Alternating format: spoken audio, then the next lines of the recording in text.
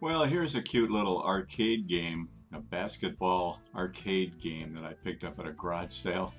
You can see they just have the hoops going up and down to make it a little bit tougher for the people to make the bucket. Beautiful Nicole is disassembling and showing us the inner workings. It's pretty simple, just a motor, some resistors for the LEDs, and standard Scotch yoke, turning rotary motion into vertical motion. You can see the rectangular part of the yoke there going up and down. That's in slots to guide it up and down smoothly.